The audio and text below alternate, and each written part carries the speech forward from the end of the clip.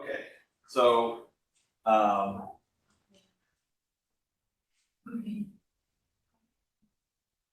right, so since I've covered whatever sections I need to cover, prior to the next week's, take-home midterm.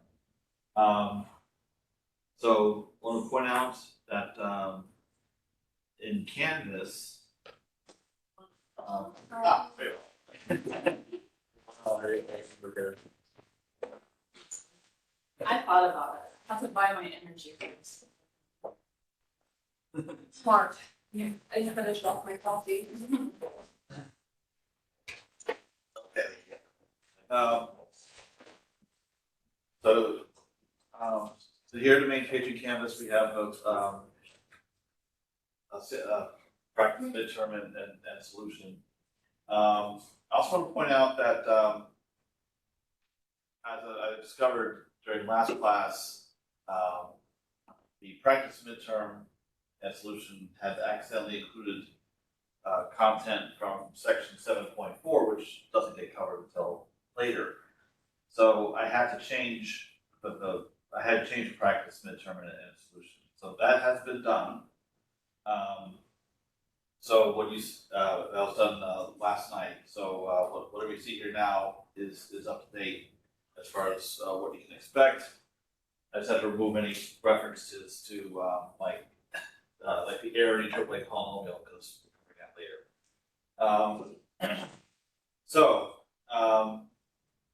Next class on Tuesday is only about review prior to the midterm getting posted.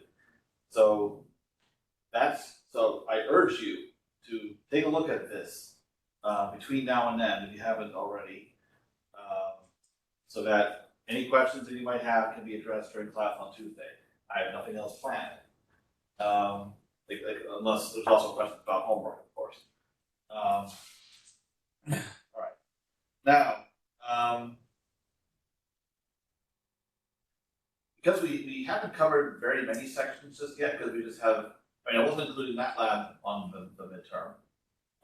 So that leaves just the stuff from chapter 2, like error analysis, floating point arithmetic, and then Lagrange or Newton interpolation. So I really had to choose only from those 4 sections, so it didn't give me a whole lot to work with. So coming up with a new question 1 for the practice midterm was a bit of a challenge, but it's there.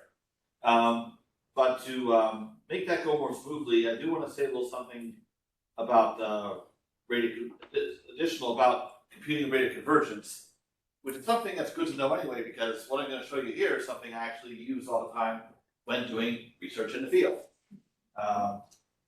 So in other words, I wanted to cover this anyway. And then whatever time is left will be about questions about anything. Now, since there's going to be a good amount of time for any of you to ask questions during class time, that means that today I am not sticking around after class because I have a surprise dissertation defense tomorrow. It's not supposed to be a surprise. I've known about it for weeks, but I forgot about it until yesterday, and I need to. So you're not sticking around till class. I need to get going pretty much after we're all done with class, because but class is about homework questions. So whatever I normally do after class with answering questions is now happening during class, so I still get to answer questions. But yeah, I need to read the student's dissertation. Well, not the whole. I'm not going to read the whole thing. Yeah, like that. Okay. Real talk. For any of you, and I know that this applies to at least some of you, who plan to do graduate work, especially a PhD. Anytime because when you're doing a dissertation, you have to form a committee. The committee is your advisor and a handful of our faculty members. So here at USM, doctoral committee is the advisor plus at least 3 other faculty members. So that's what's happening in this case. It's not my student, it's someone getting a PhD in math education. So one of my colleagues here in the math department is the advisor, and I'm one of the other 3 committee members. Who is calling me? Yeah. That's the one that. Okay, probably, okay, we'll just say it was. Okay, so. So someone who's on a committee, but is not the advisor, generally what they're gonna do, they'll have a draft of the dissertation up front, and the student just got to they're going to look at the dissertation just long enough to think of some questions to ask. So it looks like they're doing their job. That's how it really goes behind the scenes. So, yeah. Like how a student does. Yes. Yeah, we do things that are equivalent to what students do. It's just at a higher level, so. You tell us not to do that. Yeah. Well, I mean, we feel bad about it, but we still do it. Yeah.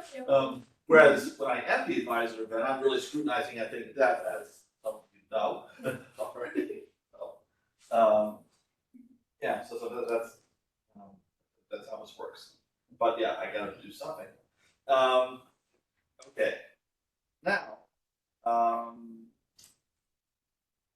okay, so that's a long story of why won't we take on.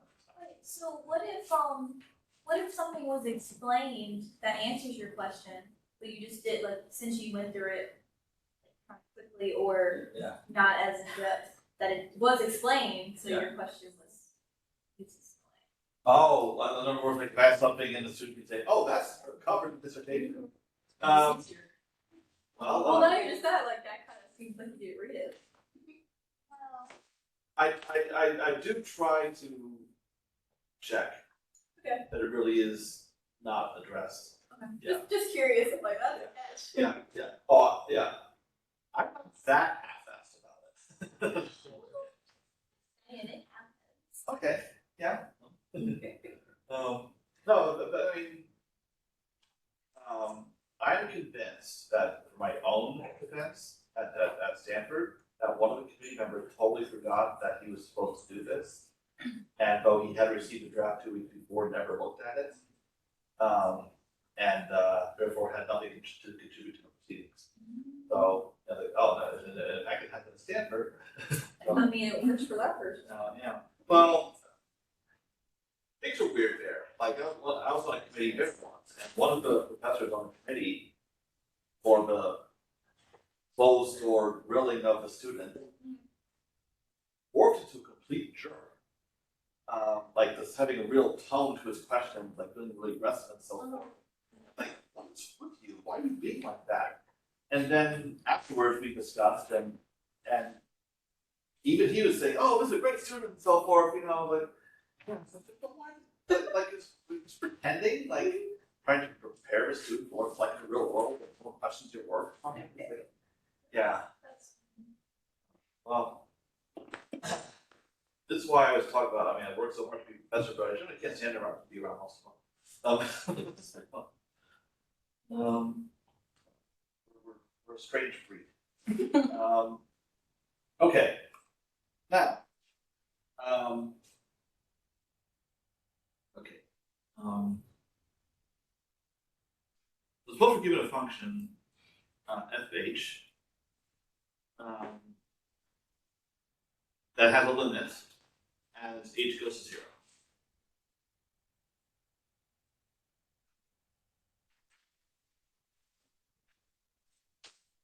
And we'll call that limit f naught. Okay. So I gotta refresh your memory that the rate of convergence of f of h to f naught is order big O g of h, where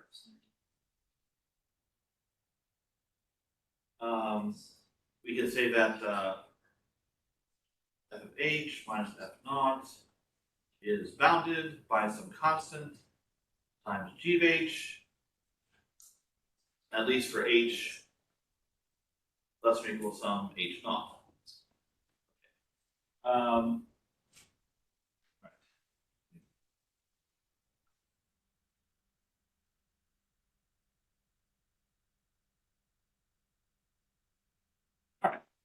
And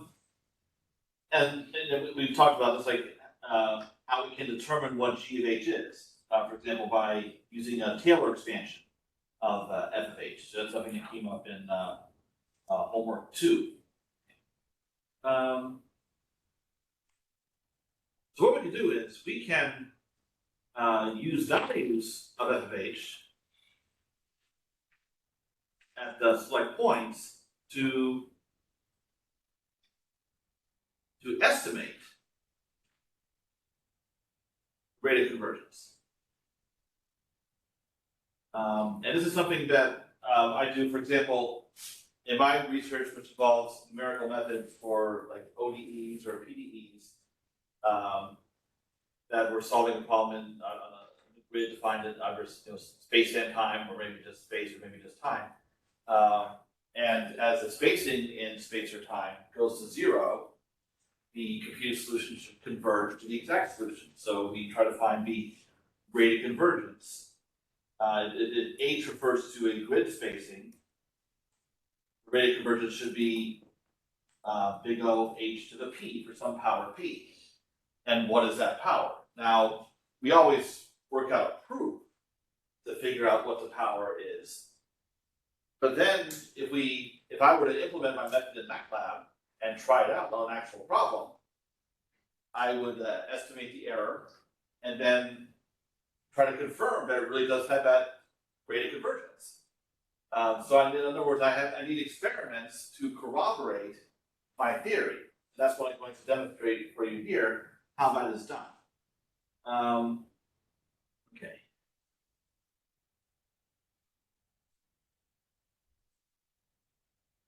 So as an example, let's suppose I'll set H1 equal to, say,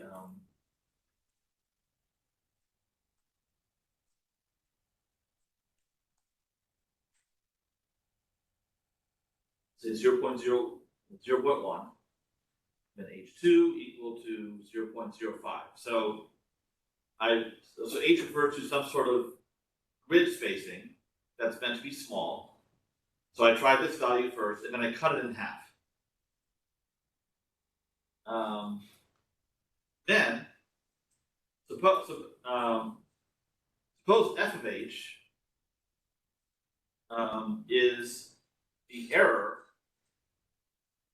in some approximate solution that's using grid spacing H. Then F of H is supposed to be converging to 0 as H goes to 0. In other words, this value F naught is 0.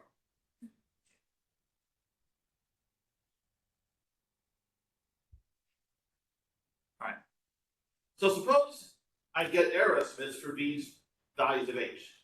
So F of H1, I'm just going to make up a number here. Let's say 6.4 times 10 to the minus 3. And then F of H2 is equal to 1.6 times 10 to the minus 3. All right. So as H is getting smaller, F of H is also getting smaller, which is how it should be. Now, so we're making this observation. As H is cut in half, so I went from 0.1 to 0.05, F of H is reduced by a factor of 4. So what that means is F of H is proportional to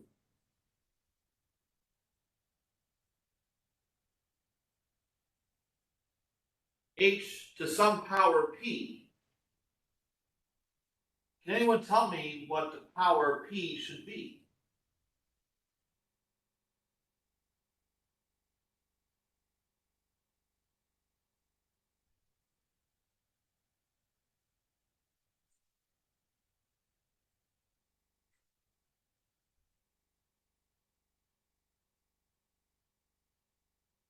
like, suppose I cut h in half and I cut f of h in half. So we're kind of going in lockstep. In that case, p would be 1. The f of h is proportional just to plain old h. But in this case, I cut it in half, f of h is cut by a factor of 4. So what would the relationship be then?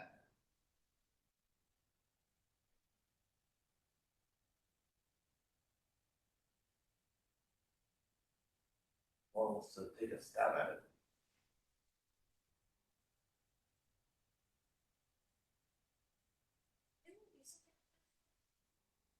That's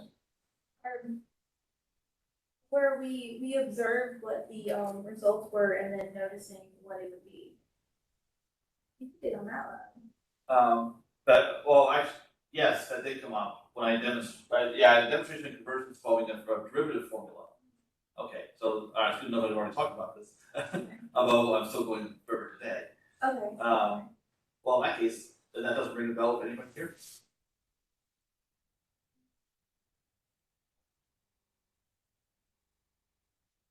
Right. So p is definitely not 1 in this example because they're not going to 0 at the same rate. The f of h is going to 0 more rapidly than h.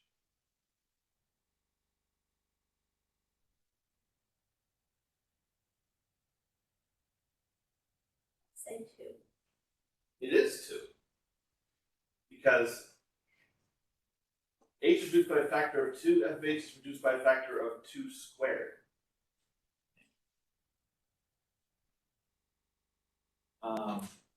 So, more generally,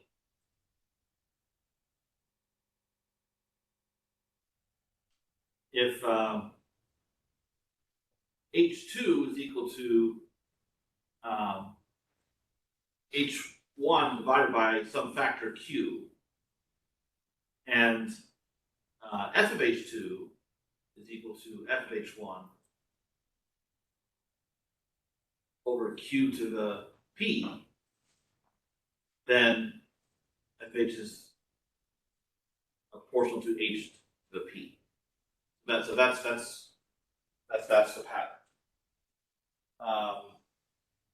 And Q in this case would be 4. Q in this example would be 2. Because I cut h by a factor of 2, Okay. but the error went reduced by a factor of 2 squared. Okay.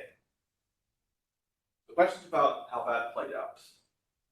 But if you have 2 samples, you can see that you might want to have more than 2 samples to confirm a trend. Okay.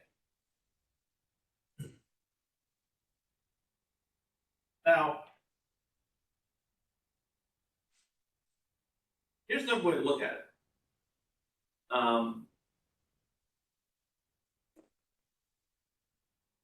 Formula for the exponent p. So if you believe that the rate of convergence is the big old h to the p, but you're not sure what the power is, we'll derive it. We're going to assume that f of h is equal to some unknown constant c times h to the p, where c and p are unknown.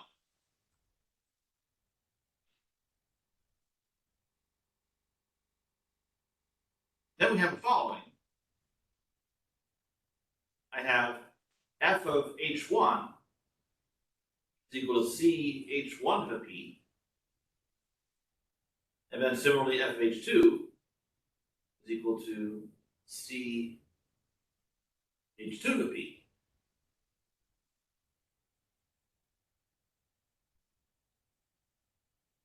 Now, these values are known, like these values up here. So I can work with these.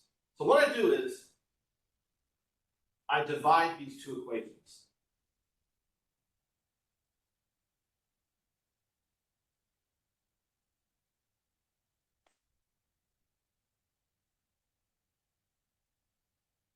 Right, so I have f of h1 over at page 2. Then here I have C, H1 to the P, C, H2 to the P. But then the C's cancel, and we don't really care what C is anyway, now we don't. It's totally irrelevant. Now I have H1 over H2, all raised to the P. So now, what I want to do is take this equation and solve.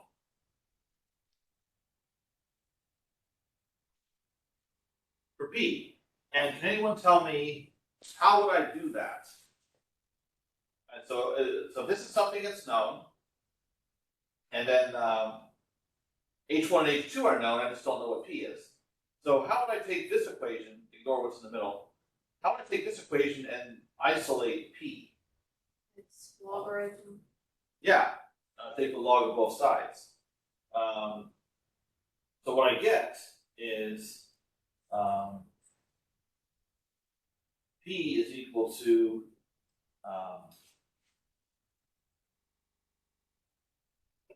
natural log of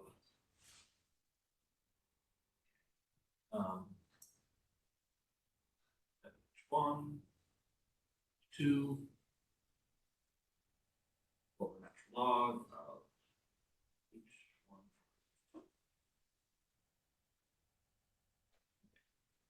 H1. Right. And so in the example that I did earlier, P is equal to natural log of 6.4 times 10 to the minus 3 over 1.6 times 10 to the minus 3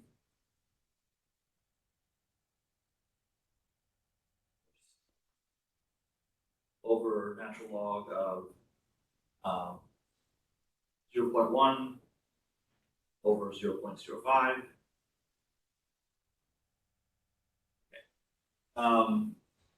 And then I contrived it so that this ratio turned out to be 4. So I have natural log of 4 over natural log of 2. But that's the same as log base 2 of 4. That's 2.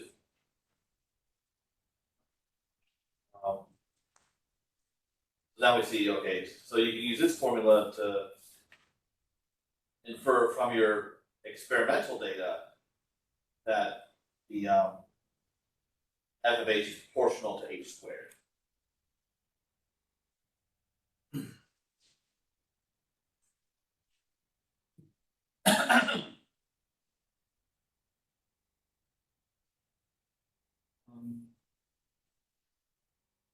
Actually, I think I might be able to quickly do a demonstration of this. And I really hope this code still works.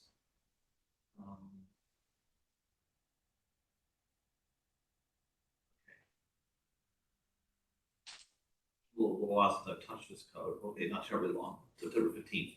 Feels like a long time ago. Okay.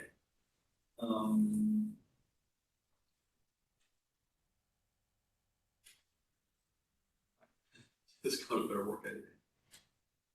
We're starting another diary. I really don't need for this to be a diary because this is code that I shouldn't be posting anyway. Okay.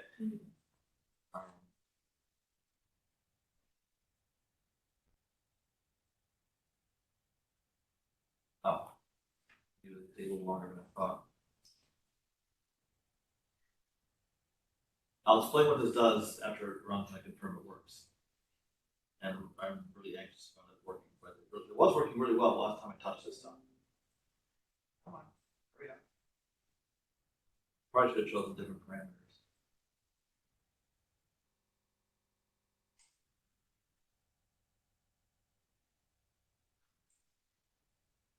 Dude.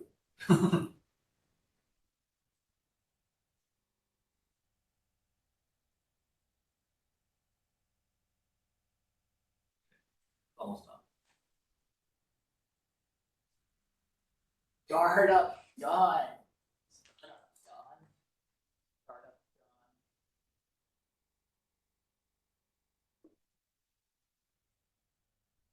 Start up, done. Sure why I'm writing it that many times. Start up, done.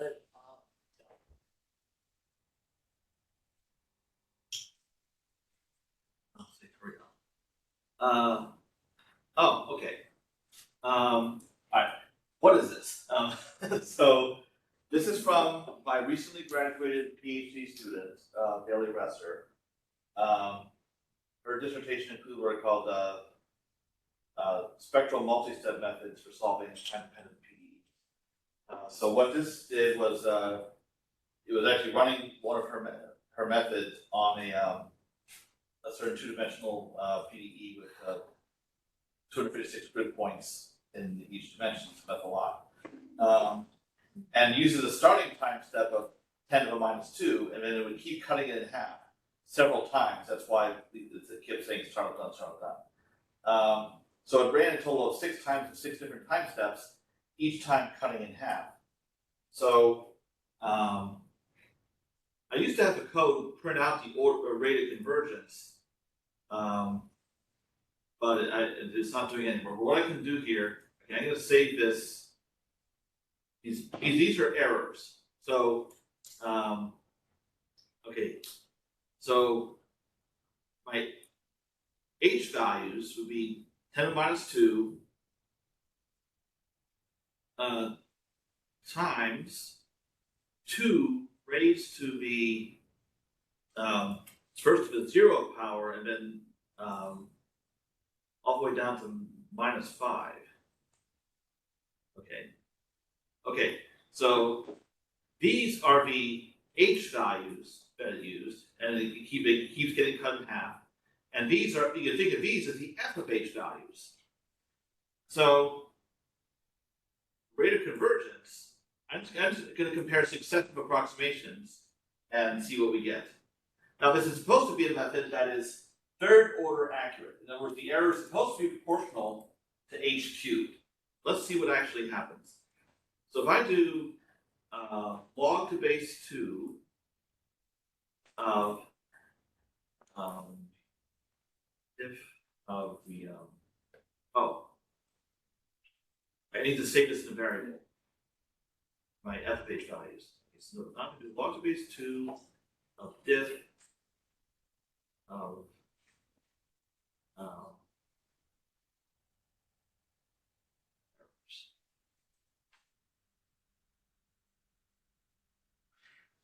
okay, because as we see in the notes, it's supposed to be log to base 2 of a ratio of errors. Now keep in mind, remember your properties of logarithms? Here I have the log of a quotient. How can I rewrite the log of a quotient? Can you remember? Like log of a over b is same as log a minus log b. Okay, so actually I need to switch this. Diff. Okay. Okay. So, get out of there. Okay. So what we see here is this had the effect of applying. Go away. All still coming through. Not anymore. Okay. So these numbers came from applying this formula. Now, if a ratio of h1 to h2 is always 2, then it would just be a log to base 2 of this quotient. So that's what it was doing here. Okay.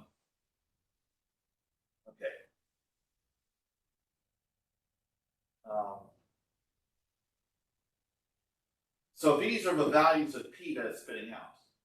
Now, like I said, it's supposed to be third order accurate, so I was wanting this p equal to 3. It's not quite 3, but notice it's getting really close. And in fact, that theoretical or rate of convergence is really only supposed to hold as h is sufficiently small. So it's not so close to 3 in this case, but it is getting closer as h is getting smaller. So this is, I want to show you this because this is something I was actually doing for research to verify that the method performed as expected.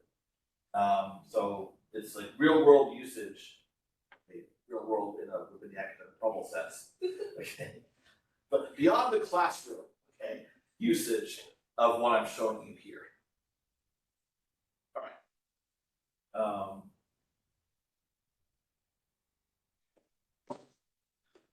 Questions about this, because it does come up in the first question on the take-home midterm, doing something like this.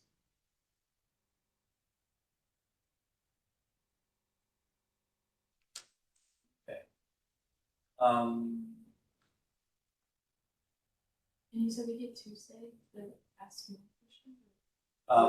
Yeah. So yeah, since the up-to-date midterm was only posted practice midterm was only posted last night, and y'all haven't had a chance to look at it, but please look at it over the next 5 days, so we can talk about it here on Tuesday. Then the real one will be posted by when You said Wednesday. I did say, yeah, Wednesday. Okay. But due on Friday. Yes. I want to make sure it was.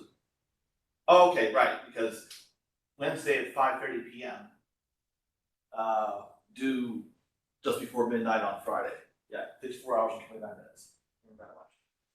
Okay, so plenty of time here. Questions on anything? More questions now? Yes. 2.2.25. Okay, the last problem.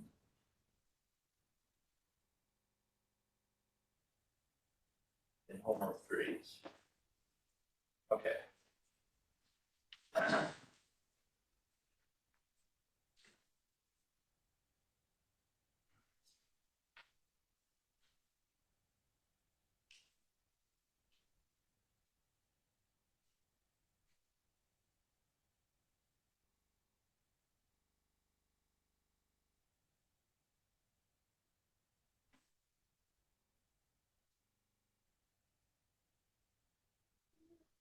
What? Are you waiting for him? Kind of, yeah, I don't know. Oh, okay. I know, I'm kind of feeling half tuned out, to be honest. I feel like it seems like some of y'all aren't really paying attention to what I'm saying. I wasn't sure if you wanted all the questions at once. Yeah, so I'm not gonna lie, it's a little rattling, but, well, okay.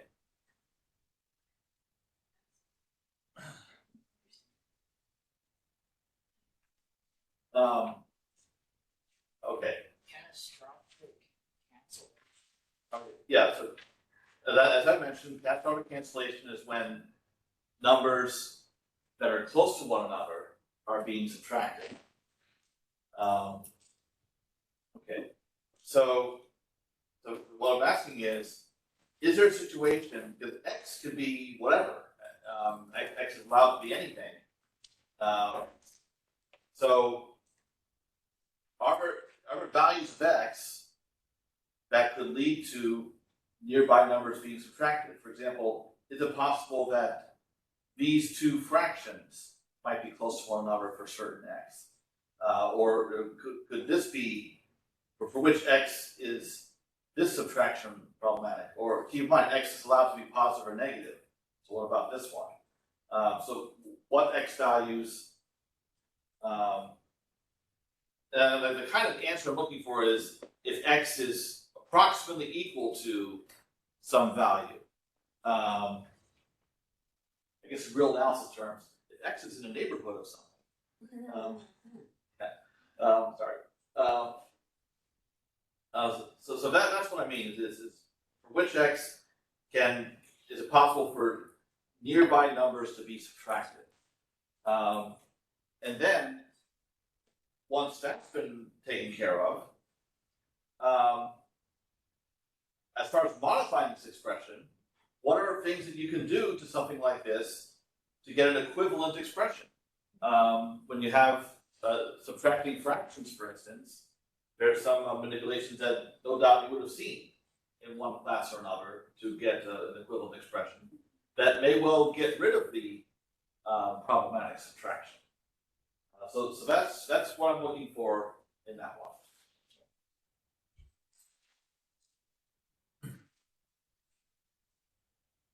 That was weird. Okay. Do you want to like answer whatever questions we have on this one and then switch to another thing? Well, okay, does anyone have any questions on this particular one first?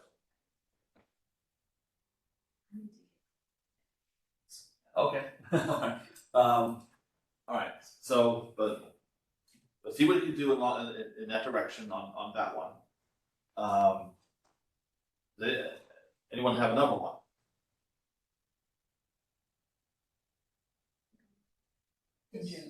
What? This- Anyone? Okay, The floor is open. okay. Please, God. Make me feel like I'm not wasting my time. Got quiet too. Can you explain, so this is more so, something that was discussed in the notes and like some more further explanation and would help with the concept questions for 7.1 and 7.2. Okay. Lagrange requires, order of n squared floating point operations. Okay. Explaining why we know that. Okay. So you want me to explain why? Okay. Yeah, because in your notes and in the book, it's just stated as a fact, but not really derived. Okay. It seems like, at least personally, it seems like that notation is odd to use in that context. Well, actually, it's not, because big O notation is used all the time to describe how the number of operations relates to the size of a problem. That's more for computer science circles, but we're kind of in that territory anyway. Or at least, I guess not entirely understanding where it came from probably doesn't help with it being seen as an odd use. Okay. It's catastrophic cancellation. When two numbers that are close to each other are being subtracted, because that leads to cancellation error, as you saw in that one problem that had the two close numbers being subtracted, that causes the loss of precision. Okay. Now what I was thinking. Okay, so you're referring to this statement right here. Yeah, so anything whenever it refers to anything like describing the interpolation is. But yeah. Okay. Well, no, I want to point out, I said, yeah, evaluating it as written, so we go to how the Lagrange form is normally described. Okay, like with Lagrange polynomials written in this form, okay, how many Lagrange polynomials do we have? N plus 1, okay. Each one of these involves, okay, right here we have 3 subtractions up top, 3 below, in other words, n. Now this one can be done up front, but this has to be done for each x value that comes along.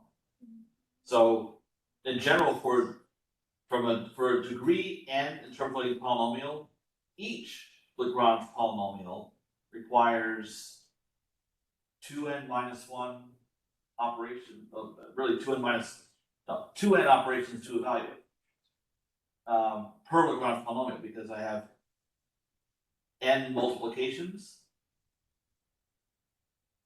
No, sorry, n subtractions, n minus 1 multiplications, and 1 division. And then all together would be. And then you multiply that by n plus 1, so there works out to be roughly n squared. So So that's where that's coming. okay, so if we So in this case, what is in this one? What? What is in this one?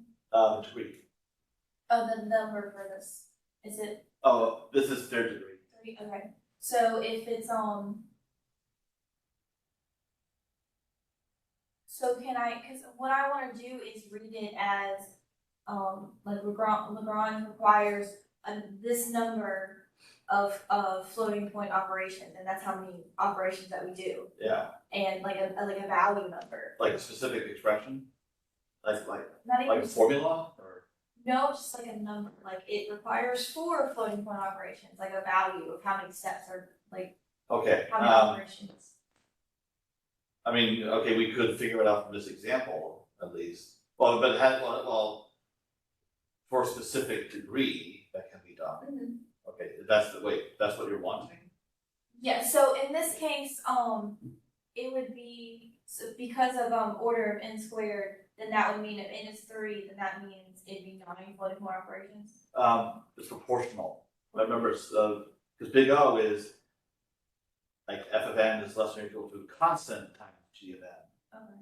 Yeah, so, like for example, Gaussian elimination. Number of operations required to reduce a matrix to row echelon form. It's an n by n matrix. It's, the actual number of operations is 2/3 n cubed plus other stuff. Okay. So we would say it's big O of n cubed. But who knows what that constant proportionality might be. Okay, like I mentioned in this case, each Lagrange polynomial being 2n operations to evaluate, and then I multiply that by n plus 1. So the number of operations required to evaluate Lagrange polynomial, Lagrange interpolating polynomial, when it's written in this form, is equal to 2n squared plus some lower order terms.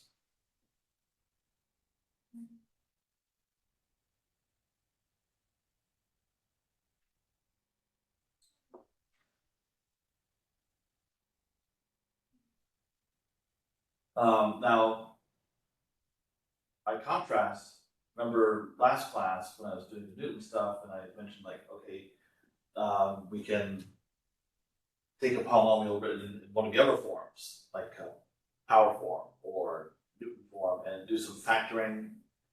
And that way, a degree n polynomial takes only order n operations to evaluate when it's written in that kind of a nested form. And well,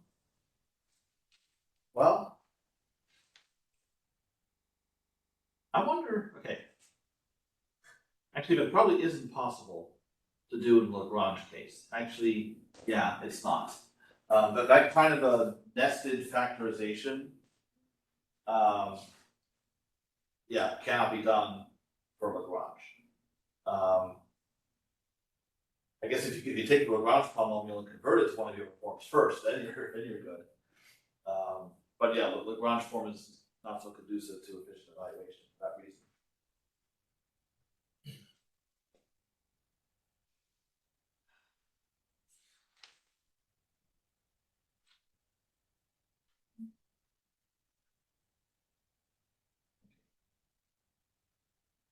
Anything, other questions, on anything?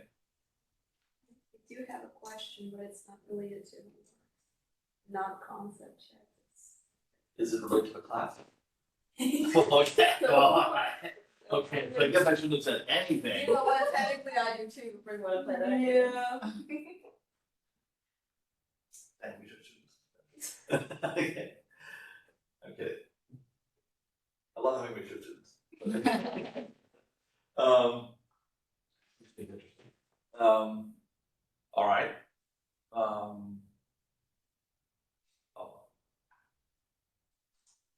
I think I'd be still on this concept check. With the interpolating polynomials being unique. Yeah. I'm not sure, like I can see, but not with explanation. Oh, and in particular case of Lagrange? Or, No, just in general. okay. Wait, hold on, are you referring to this? Oh, wait, no, this? Concept check, 7.1, number 3. Okay, well, that's actually discussed, with regard to the first approach to, interpolation, by solving system linear equations. Yeah, that's all I'm looking for that one. Because if you boil something down to a linear algebra problem, and in many cases, it could be established that whatever system linear equations involved has a solution. After all, mathematics is the art of reducing all problems to linear algebra.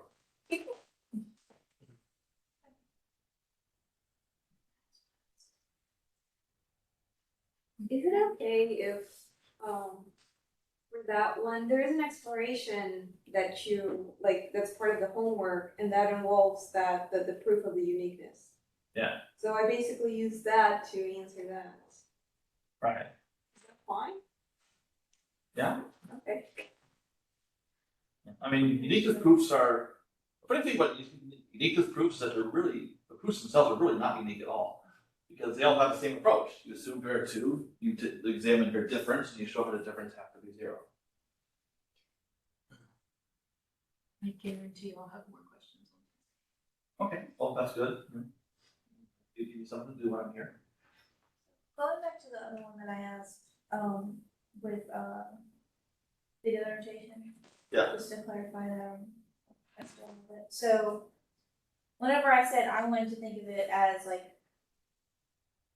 in that context of saying, okay, use it as use here, and then it makes sense to use here because it's more of a ratio and to compare different,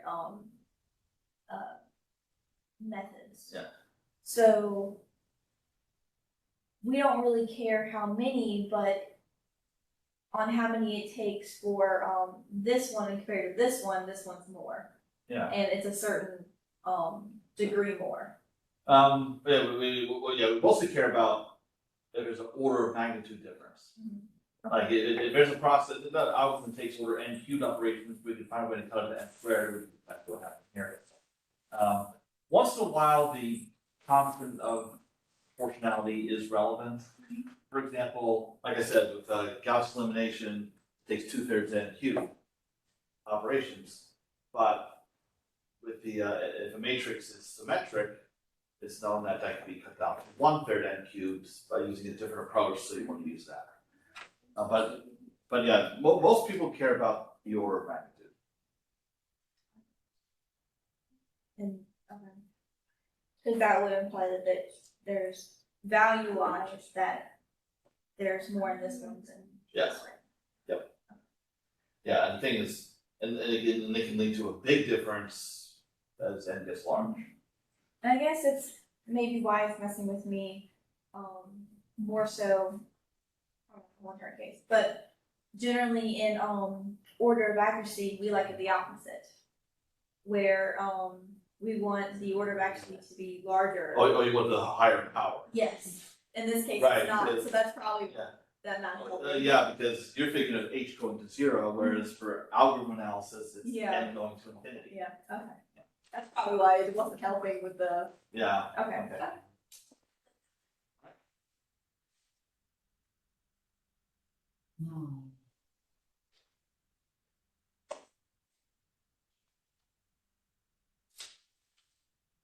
Regarding 1/1 minus x and minus 1/1 plus x,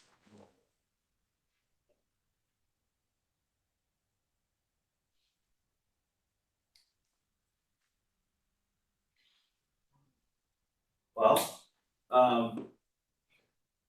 for example, if these two fractions were close to each other, then that would, because they're being subtracted, that would be cancellation. So what you could do is, if you could try setting these fractions equal to one another, and then solve for x. And that will give you an idea as to what kind of x causes a problem. So try that. So in other words, another way to look at it, you're taking its whole expression and setting it equal to 0. Setting it to equal 0.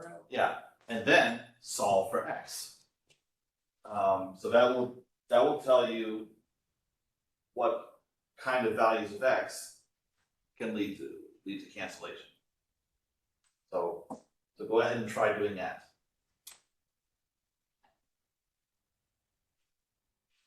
Solve for back equals 0. Yes.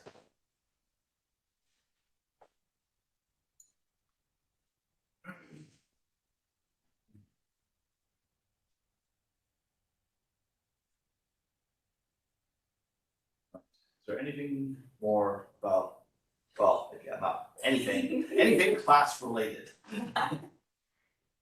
Including from the online peanut gallery. Versus. No, they're not in order. It used to be me Men. versus S. No, so Oh, it's a it's lot. Dang, listening attendees not in order. Tutorial log off. Why that? But I didn't see it in order. Was it? I think why I felt iffy about them being unique is because I was trying to think about it graphically. Oh, yeah. And like, I mean I guess, but okay. I think I realized I got that. Okay.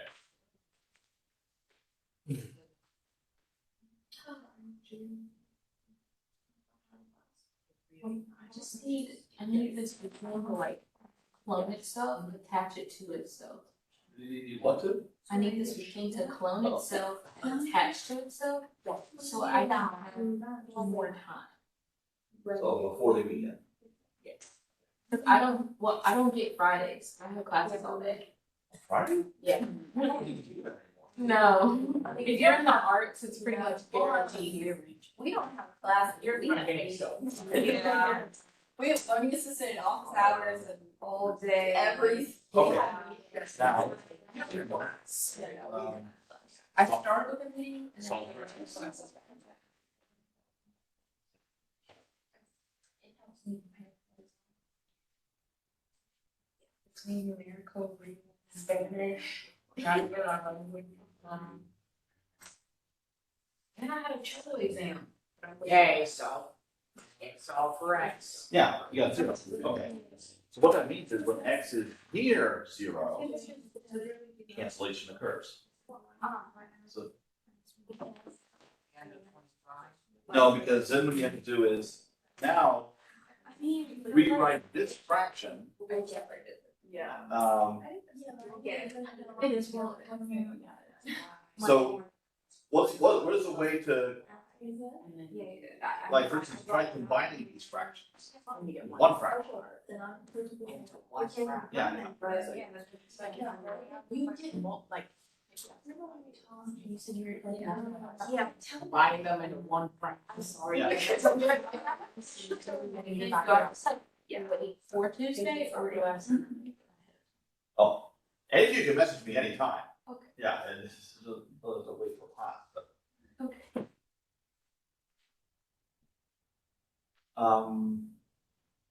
Not to beat a dead horse, but are we really done? All right, let's be done.